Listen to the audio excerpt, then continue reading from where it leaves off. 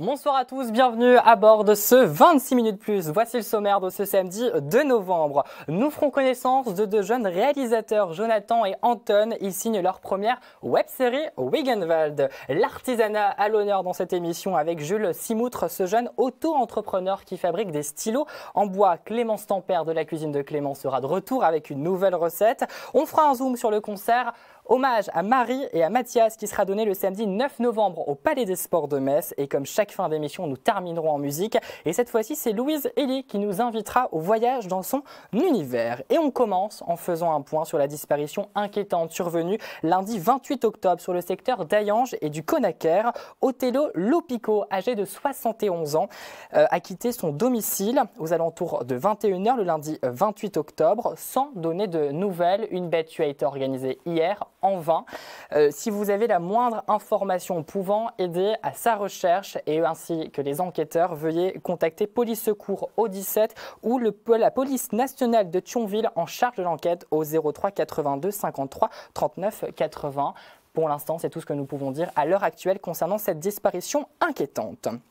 Dans les suites de l'occupation du gymnase du Luxembourg à Metz, depuis 20 jours, des migrants et des sans domicile fixe ont pris quartier. Le mercredi 23 octobre, ils se rassemblaient devant la préfecture de Metz, entourés du collectif de lutte contre la misère et des associations leur venant en aide, dans le but de faire pression sur les pouvoirs publics, comme ils nous l'expliquent. Depuis, le contact s'est pour le mieux rétabli avec la préfecture. Des logements ont été trouvés. À l'heure à laquelle je vous parle, sur la quarantaine de personnes, 30 sont en recherche de logement, dont des enfants de 1 à 17 ans. Et nous venons de l'apprendre il y a moins d'une heure. La ville de Metz, représentée par Dominique Gros, le maire de Metz, a fait une requête en référé au tribunal administratif de Strasbourg demandant l'évacuation du gymnase ainsi qu'une condamnation de 1 500 € d'amende à verser pour les occupants sans droit ni titre du site. C'est toutes les informations qu'on a à ce sujet. À noter que vous pouvez retrouver un reportage réalisé par nos équipes à la veille de leur rassemblement sur notre page Facebook et notre site internet. À présent, parlons d'une web-série qui va plaire aux fans d'Harry Potter, une saga culte dont s'est inspiré nos invités de ce 26 minutes plus. Jonathan Delpy et Anton Onisto sont nos invités de ce 26 minutes plus.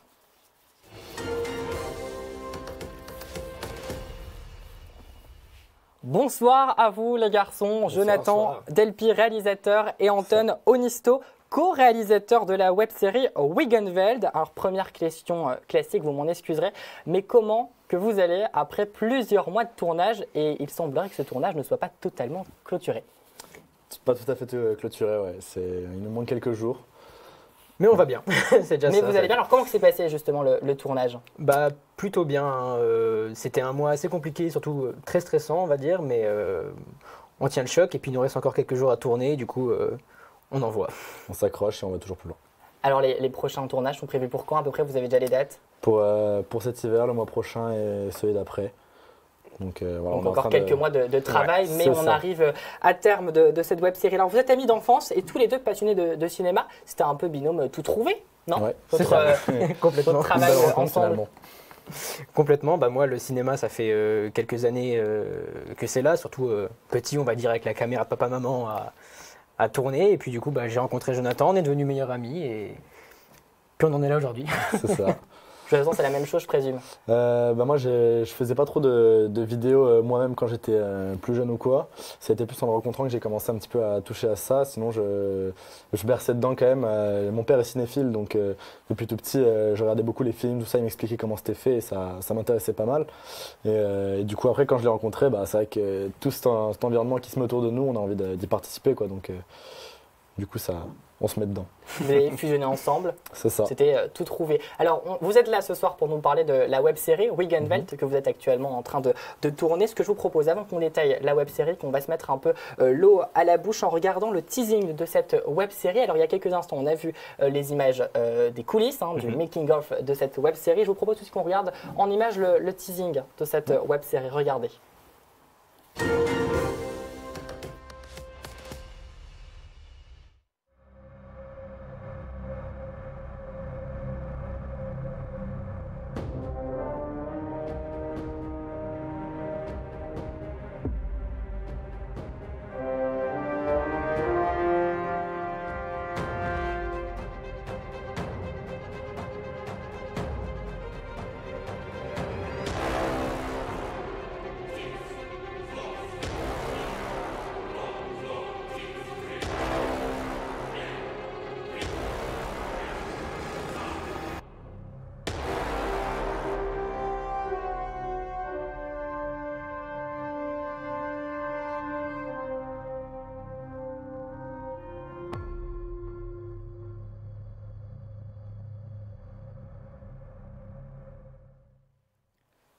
ça court de partout, il y a de l'action. Je présume que quand on voit ces images, on peut déjà dire que c'est bien parti pour un succès, non?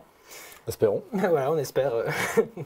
On fait pas trop de plans sur la comète, mais on espère que ça va plaire aux gens surtout. En tout cas, nous, ça nous a plu à tourner. C'était une très très bonne expérience. Ouais, c'est clair que c'était tout nouveau, donc c'était un bon moment, franchement. Alors justement, plaire aux gens, on a envie d'en savoir plus, de connaître l'histoire. Quel est le scénario que vous allez proposer aux téléspectateurs? Alors, le scénario, il est assez basique. C'est l'histoire de 3 adolescents qui s'appellent Nathan, Gabi et Lucas, qui vont découvrir un jour, lors d'une balade en forêt, un mystérieux grimoire. Et à partir de cet instant, ils vont rentrer dans un univers magique et découvrir plein de choses avec plein de péripéties. C'est ça, en gros, tout va leur tomber dessus d'un seul coup, sans trop qu'ils se rendent compte pourquoi, ni qu'ils sachent trop qu'est-ce qu'ils font là. Et donc tout va s'enchaîner assez vite, et c'est donc là tout l'intérêt de cette série. C'est un peu à la manière de Jumanji. Ils découvrent un nouvel univers, et ça s'ensuit, et ils respirent jamais vraiment. Est-ce que vous avez d'ores et déjà une date de diffusion à donner à nos téléspectateurs? Alors, pas encore. On aimerait bien cet hiver, normalement, si les derniers tournages se passent bien et que la post-production se passe bien aussi, mais on dit cet hiver, normalement. Soit à cette fin d'année ou alors au début de l'année prochaine, normalement. Et si en 3 mots, vous deviez résumer cette web-série pour donner envie aux téléspectateurs d'aller la voir et d'aller suivre cette aventure, ça serait quoi? Un peu question compliquée? C'est vrai que c'est compliqué, 3 mots. Je dirais... Il y a eu de l'action, on l'a vu il y a quelques instants. Action, magique aussi peut-être. Magique, ouais, c'est un peu le thème principal. Qui fait fan à Harry Potter. Non, c'est ça. Je dirais peut-être intrigue aussi. Ouais. Intrigue. Et voilà, c'est ces 3 mots qui résument parfaitement cette web-série. Qu'est-ce qu'on peut vous souhaiter à vous les garçons pour la suite? De la chance et que ça marche. Et que ça fonctionne. Et au final, tout ce qu'on peut nous souhaiter, c'est que ça vous plaise à vous. Donc... réponse dès la sortie. Merci infiniment à vous les garçons. On suit toute l'actualité et on retrouve tous les coulisses de cette web série sur les réseaux sociaux au nom de Wegenveld. Le lien s'affiche juste en bas de cet écran. On vous souhaite une bonne continuation et on se retrouve peut-être sur ce plateau avec des Oscars, qui sait? On espère. C'est tout ce qu'on vous souhaite. Merci infiniment. Merci à vous. Dans quelques jours maintenant, plus précisément le 13 novembre, cela fera 4 mois que le Bataclan a été la cible d'une attaque terroriste faisant 90 morts, dont un jeune couple messin, Marie et Mathias. Depuis, une association a été mise en place grâce aux parents et aux amis de ce couple dans l'objectif de continuer à prôner les valeurs de ces 2 jeunes. Le samedi 9 novembre au Palais des Sports de Metz sera donné un concert hommage à ces 2 messins. 4 groupes seront réunis sur scène pour porter les couleurs de Marie, Mathias et de toute la jeunesse victime du Bataclan. Le programme de la soirée avec les explications de Maurice Loche et Jean-François Dimeski, les pères respectifs de Marie et Mathias.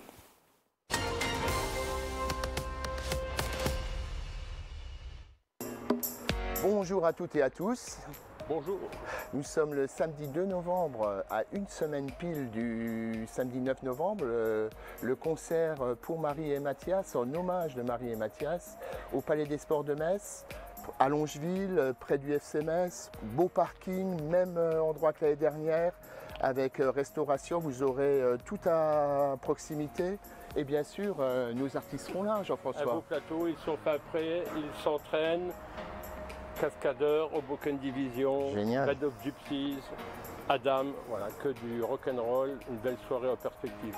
Ouais, donc on vous donne évidemment tous rendez-vous le samedi 9 novembre pour réserver en ligne sur le site Marie et Mathias, sur Facebook, sur les réseaux sociaux. Vous avez un QR code sur l'affiche. N'oubliez pas, soyez nombreux, on vous attend, ça va être super.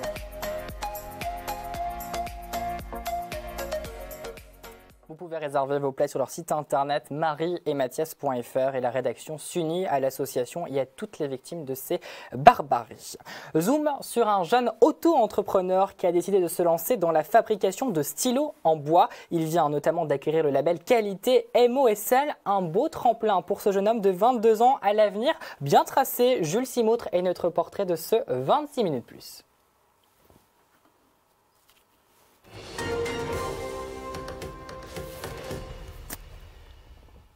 Jules Simautre, bonsoir. Bonsoir. Alors nous allons mettre à l'honneur votre savoir-faire et votre travail, dont je vous tire déjà mon chapeau pour cette très belle réalisation que vous avez emportée et ramenée avec nous. Alors commençons par les débuts, cette passion du travail du bois, quand a-t-elle débuté? Alors ça a commencé il y a environ 5 ans. En parallèle de mes études, j'ai eu la chance d'apprendre à travailler le bois avec une personne proche, une personne de ma famille. Et donc j'ai commencé par faire tout type d'objets, tout type de meubles. et aussi des stylos. Et l'année dernière, j'ai commencé justement à créer l'entreprise avec uniquement des stylos. Alors c'est rare aujourd'hui de voir des jeunes engagés dans l'artisanat. Je présume qu'il y a un peu de fierté personnelle, avoir 22 ans et faire de l'artisanat et d'être artisan. Ouais, c'est surtout, je prends ça vraiment comme une chance de faire ce que j'aime au jour le jour. Et une fierté, on verra si ça dure dans le temps, mais pour l'instant, je considère ça comme une chance. Alors, ces stylos que vous avez ramenés avec nous, on va les voir et on les voit actuellement à l'écran. Vous les assemblez dans un chalet au fond d'un jardin familial depuis octobre 2018, c'est bien cela? Voilà, c'est ça. Donc, quand j'ai voulu créer mon entreprise, comme vous l'avez dit, je suis jeune, etc. Donc, je n'avais pas forcément énormément de moyens. Donc, j'ai réaménagé un chalet qui était au fond du jardin que j'ai retapé. Et donc là, ça fait 1 an. Et début janvier, je vais déménager parce que ça commence à faire petit. Donc, voilà. Donc vous envisagez déjà la suite, le futur. Oui, bien sûr. Et on va le dire quand même que vous avez su séduire le comité d'agrément qualité MOSL, Moselle sans limite, c'est la marque du territoire. Vous vous êtes vu remettre le label qualité MOSL 10 mois après votre début d'activité. Ça peut dire que les efforts ont un peu percé? Oui, en effet, c'est vrai qu'avec ma conseillère à la Chambre des métiers, on a établi un dossier pour passer en commission qualité Moselle. Donc c'est, comme vous l'avez dit, un label qui met en avant les produits de notre terroir et de qualité. Et donc j'ai reçu cet agrément. C'était un peu signe de reconnaissance, non, on peut dire ça? Oui, voilà, c'est ça. Oui. Alors depuis d'avoir eu le label qualité MOSL, est-ce que le commerce ainsi que la création de vos stylos ont commencé à évoluer? Est-ce que vous avez vu une différence entre le moment où vous avez débuté et maintenant avec le label? Bien sûr. Alors, dans un premier temps, ça ouvre certaines portes dans le sens où on a accès plus facilement à certains marchés, certains salons. Donc, par exemple, j'ai eu la chance d'exposer à la FIM le mois dernier. Ça a aussi été un gage de qualité supplémentaire pour les clients en particulier comme les professionnels, où en effet dans l'esprit du client, le fait qu'il y ait ce label, ça apporte un gage de qualité qu'il pouvait ne pas avoir avant. Ouais. Alors on le voit depuis tout à l'heure sur le plateau et à l'écran, ce sont ces stylos. Et il faut le savoir que ces stylos à la base c'est du bois. C'est une plaque de bois et moi ça m'intrigue un peu et je pense que ça intrigue également les téléspectateurs, savoir comment et quelles sont les étapes à la création d'un stylo parce qu'il faut récupérer le bois et après il y a plein d'étapes pour y en arriver à ce résultat-là. Oui, bien sûr. Alors, en fait, on peut scinder un peu les stylos en 2 catégories. Il y a les stylos en bois français. Donc, pour ce type de bois, c'est des bois qui sont récupérés dans des vergers. Donc, au lieu d'être brûlés une fois qu'ils ne donnent plus de fruits, etc., je les récupère et je les retravaille. Et pour les bois exotiques, c'est des bois qui viennent des 4 coins du monde. Et c'est ce qui permet d'avoir des essences variées au niveau des couleurs, des nervures. Donc, ça, c'est la première différence à faire. Et ensuite, il y a un travail d'1h30 à 2 heures par stylo avec différentes étapes comme le perçage, le sciage, le tournage et tout est fait à la main. Alors comment vous avez appris ces techniques? Avec un proche, en fait, j'ai appris, au début on ne commence pas sur des stylos parce que c'est quelque chose de très fin, très minutieux, mais au fur et à mesure, à force d'apprendre sur le tas, ça vient. Ouais. Alors vous parlez de bois, on voit qu'il y a différentes couleurs de bois. Quel est votre bois favori à vous? Alors j'aime beaucoup travailler l'olivier parce que quand on le travaille, il sent très très bon. Donc ça c'est sur la partie atelier et sinon j'aime bien tout ce qui est bois coloré, donc les bois rouges, on retrouve certains bois rouges comme celui sur le plateau, etc. La suite, le futur, vous le voyez comment dans quelques années, toujours à la création de ces stylos? Est-ce que vous comptiez développer davantage le stylotier qui est votre marque de fabrique? Voilà, l'idée, comme vous le dites, c'est de développer ça. Donc l'idée, c'est de ne pas brûler les étapes, c'est d'y aller petit à petit et de s'implanter déjà partout sur le marché français et ensuite de voir un peu plus loin, pourquoi pas, si dans quelques années, tout va toujours bien. Alors qu'est-ce qu'on peut vous souhaiter pour la suite, comme la question que j'ai pu dire il y a quelques instants à nos réalisateurs, à nos jeunes réalisateurs? On pourrait me souhaiter que voilà, quand quelqu'un souhaite acheter un stylo un peu partout en France, pense directement au stylotier. Eh bien, ça marche, c'est tout ce qu'on vous souhaite. Et on vous retrouve également sur votre site internet lestylotier.fr et on vous retrouve également sur vos réseaux sociaux. Et là, vous avez fait des vidéos bien détaillées avec chaque étape. Donc, allez voir parce que c'est assez impressionnant. Et on peut aller faire aussi un petit tour sur votre site internet parce que ça vaut vraiment le détour. Merci infiniment, Jules Simoutre, d'avoir été à nos côtés. Certains ont un talent pour la fabrication de stylos. On vient de le voir il y a quelques instants. D'autres ont un talent culinaire. Il s'agit bien évidemment de notre chef cuisinier Clément qui, comme chaque émission, nous donne l'appétit. Et cette fois-ci encore avec cette tourte d'Halloween, on prolonge la terreur, voici la recette.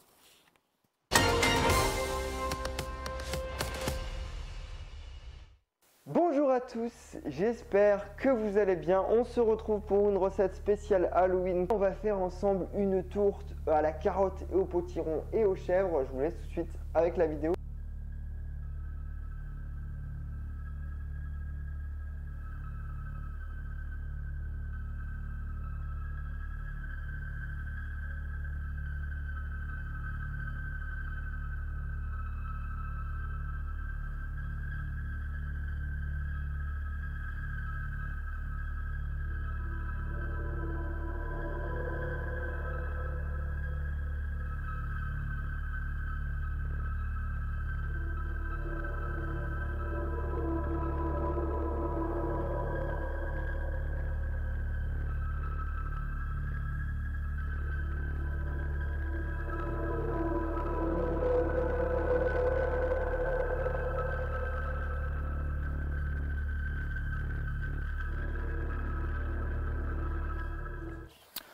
Voilà, merci infiniment Clément pour cette très belle recette et on peut le retrouver également sur sa chaîne YouTube, La Cuisine de Clément. On attaque notre dernière partie d'émission avec Louise Elie. Elle nous embarque dans son univers musical. Tout de suite, Louise Elie est notre talent artistique de ce 26 minutes plus.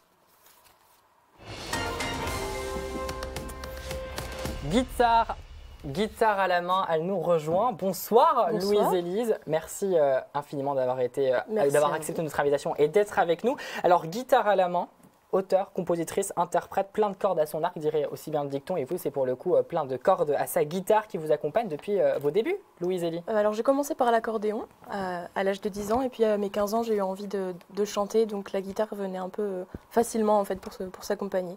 Alors, vous dites défendre des textes écrits en français sur scène. Expliquez-nous pourquoi ce choix d'écriture, alors que la tendance actuelle, c'est plutôt les musiques anglophones. Oui. Pourquoi ce choix, personnellement? Alors, c'est assez récent. Ça fait seulement 2 ans que j'écris vraiment en français. Avant, j'écrivais plus en anglais, mais c'est une raison un peu simple, c'est juste c'est ma langue maternelle, le français, et du coup je m'exprime plus, mieux, et voilà, c'est un peu plus compliqué aussi de chanter en français puisqu'on se livre plus, je trouve, mais voilà, ça me plaît plus maintenant depuis que je fais ça. Des textes écrits en français qu'on retrouve notamment dans votre premier EP qui est sorti en janvier dernier, Là où commence l'oubli. Vous avez déjà fait énormément voyager de personnes depuis la sortie de cet EP en janvier dernier.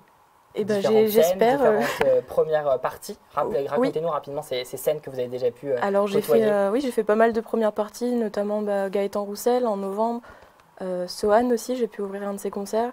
Et puis j'ai fait beaucoup de festivals aussi du coin qui sont assez chouettes, donc pour faire voyager mes chansons, voilà. Et donc le CD physique aussi a été vendu en plus de 300 exemplaires, donc on peut dire que ça voyage aussi en dehors du Grand Est. Et ce soir, vous êtes venu pour nous faire voyager où on va embarquer. Et ben, dans une chanson qui s'appelle Danse. Voilà, qui fait relation à l'oubli, c'est ça? Non, alors du coup, la danse, c'est par rapport plutôt à une histoire personnelle et c'est, voilà, ça parle de sentiments, etc. Enfin, je pense que vous vous retrouverez un peu tous là-dedans. Eh ben, on vous laisse la scène pour Danse de Louise Elie. C'est quand vous voulez. Ça marche.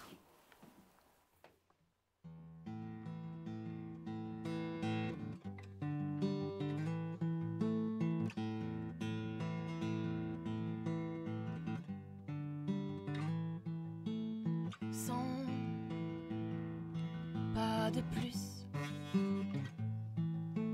et sans passer outre, sentir ton corps mort et sans assaut, je doute que la danse de ton ego me mène à danser qu'il ne faut. J'aimerais que tu laisses à mes yeux une chance de recroiser les tiens. Que le silence se repose, s'entrecroise au printemps des échymoses qui ne furent perdues que lorsque toi, tu étais là. Et je fais les 100 pas pour danser avec toi, avec ton nom qui s'échappera. Elle tourne autour de toi et je fais les 100 pas pour deviner pourquoi tu danses.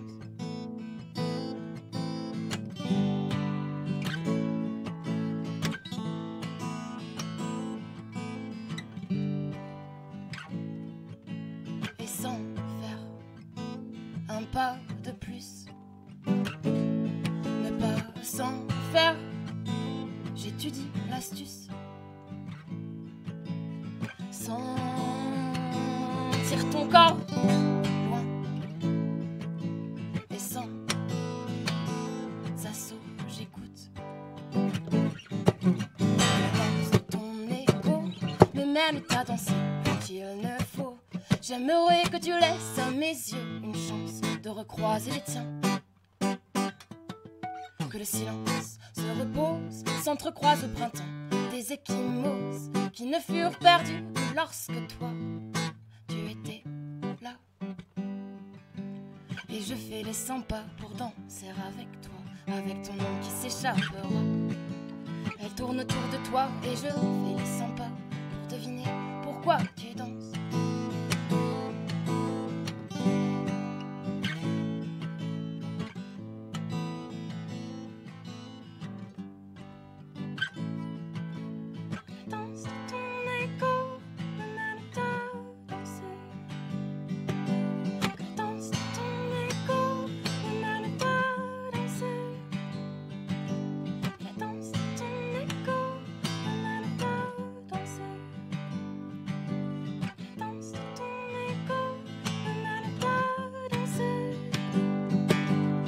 Je fais les 100 pas pour danser avec toi, avec ton nom qui s'échappera.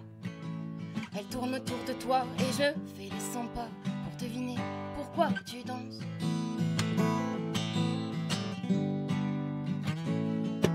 Que la danse de ton écho me mène à danser qu'il ne faut. J'aimerais que tu laisses à mes yeux une chance de recroiser les tiens.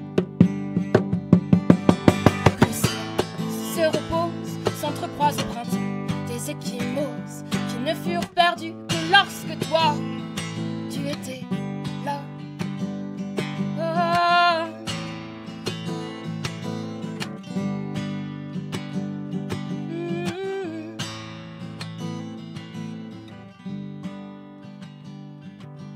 Et je fais les 100 pas pour danser avec toi, avec ton nom qui s'échappera.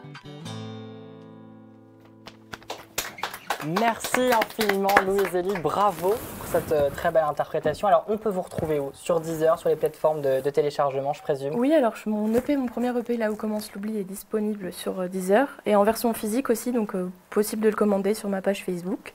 Est-ce qu'on a des prochaines dates où on pourra vous apercevoir sur scène? Oui, alors je joue en première partie de Nash le 26 novembre à l'Adagio à Thionville et sinon le 6 décembre à la Laiterie de Strasbourg.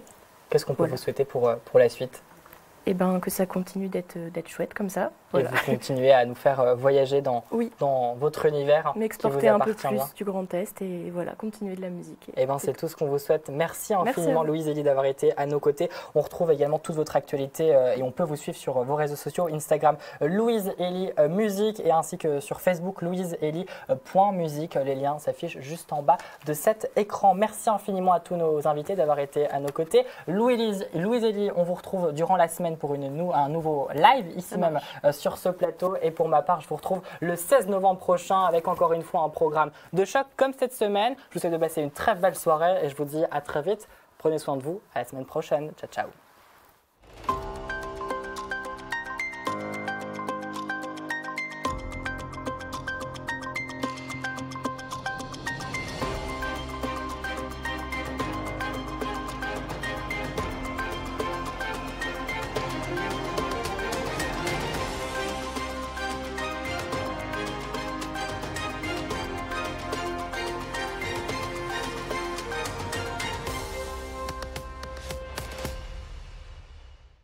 Souhaitez créer de nouveaux passages dans votre habitat, agrandir vos portes ou vos fenêtres, ou encore abattre un mur porteur ou non? Spécialiste des techniques d'ouverture, la Découpe Béton est l'entreprise qu'il vous faut pour répondre à vos différents projets de sciage et carottage, que vous soyez professionnel ou bien particulier. Contactez-nous par téléphone au 06 48 72 88 64 ou sur notre site internet www.ladecoupebéton.fr et nous étudierons ensemble la faisabilité de votre projet.